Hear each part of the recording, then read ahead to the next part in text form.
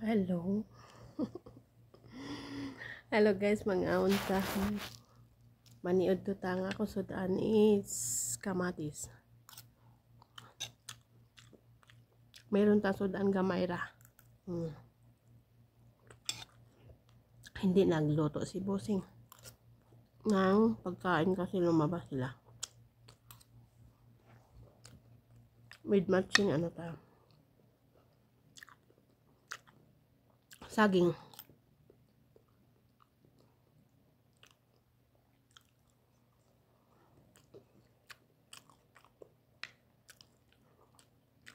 Marami akong pagkain na sa ref. Yung kanin. Kasi favorite nila yung kanin guys, marami. So pag hindi ko kainin ito,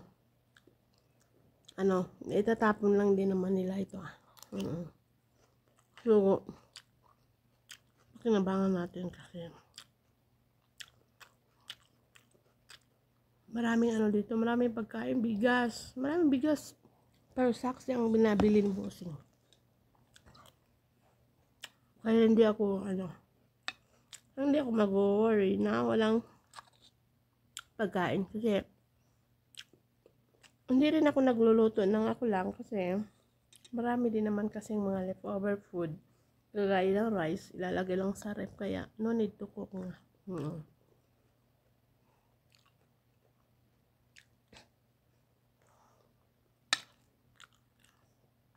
Maraming prutas. Mayroong mga oranges, may apple. Ang lagi lang binibili is banana. Kaya kumakain ako parang nasa Pinas lang din ako, no. Minsan marami ang ulam kasi maraming handa kasi nagluluto si madam. Pero kaya ko lang sa dire, kahit na rin to.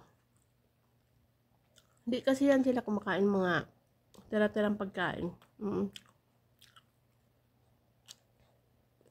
Gusto nila laging bago. So, marami naman tayong kanin. No worries, nakainin natin.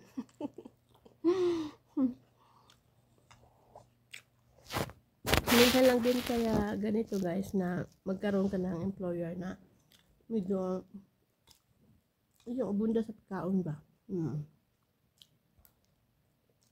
So, kailangan lang talaga gampanan mo lang yung trabaho. Ako kasi sinabi kasi nila pa nung dumating ako, eat all you can. Sabi na, welcome to my home. Na tuturuin mo lang na sarili mong bahay ito. Natuwa kaya ko yung sinabi na eat all you can. Imagine, sa lahat ng mga employer ko guys, dito ko lang dito ko lang narinig niya. Sabi nila, feel at home. Imagine, kadami-dami ko na napuntahan ng mga countries, pero dito ko lang narinig talaga. At ako na rin kasi ako lang naman wala naman akong kasama dito. Kaya okay lang. As long as mabait yung mga amo ko, okay lang sa akin.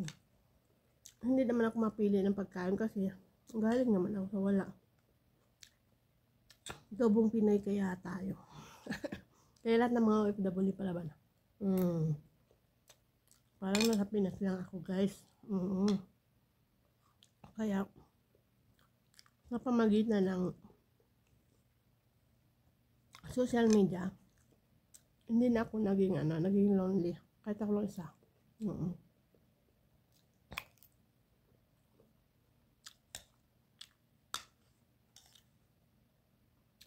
Kaya kayong lahat ng mga OFW, pag nasa bahay lang kayo maiwan, wala yung mga boss nyo, maghanap kayo ng opsyon na pwedeng makain. Huwag kayong magtago-tago. Nagtaka kasi ako sa inyo na minsan masabi natin na bakit yung mga kasamaan kong OFW ay nag-suffer sila, walang makain. Dati naranasan ko kaya magnakaw ng pagkain. Kasi pinagbintangan nga ako na inubos ko daw yung ano, yung prutas sa ref. Samantalang ang ref nila ay ginalak nila. Sila lang din maka-open close, open close. Nung pinagbintangan talaga ako, pinagbintangan ako noon guys, doon ko talaga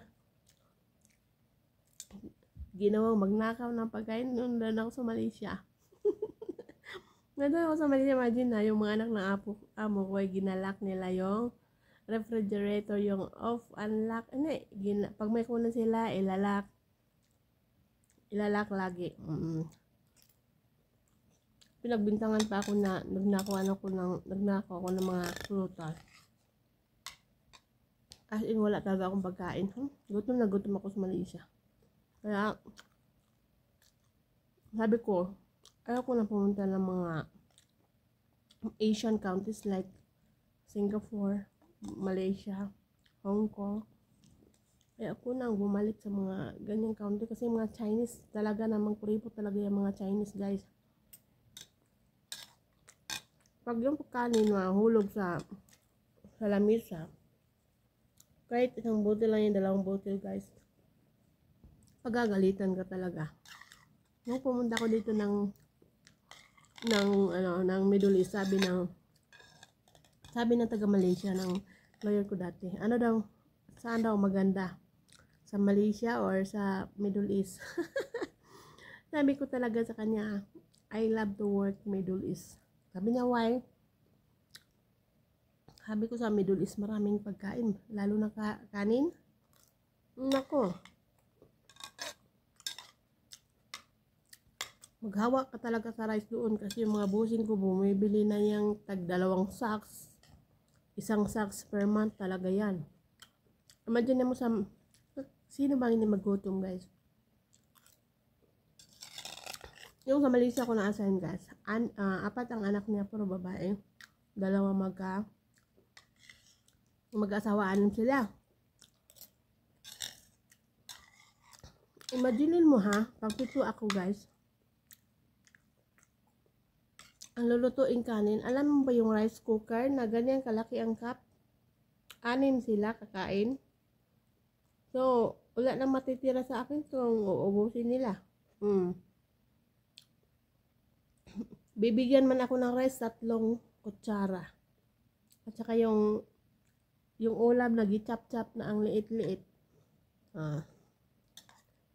Sino ba yung nakapunta ng Malaysia dito? Sabihin nyo sa akin kung ang mga Chinese ay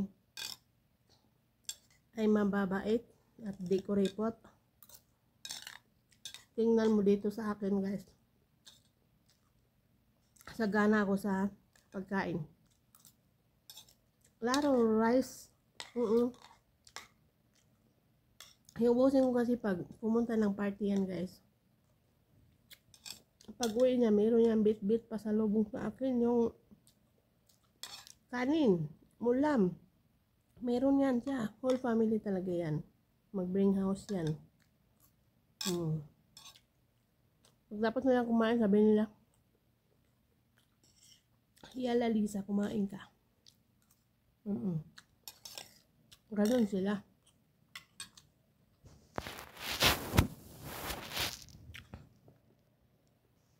Thank you for watching. I hope you will support my YouTube channel, Edelisa Panoy. So, thank you so much.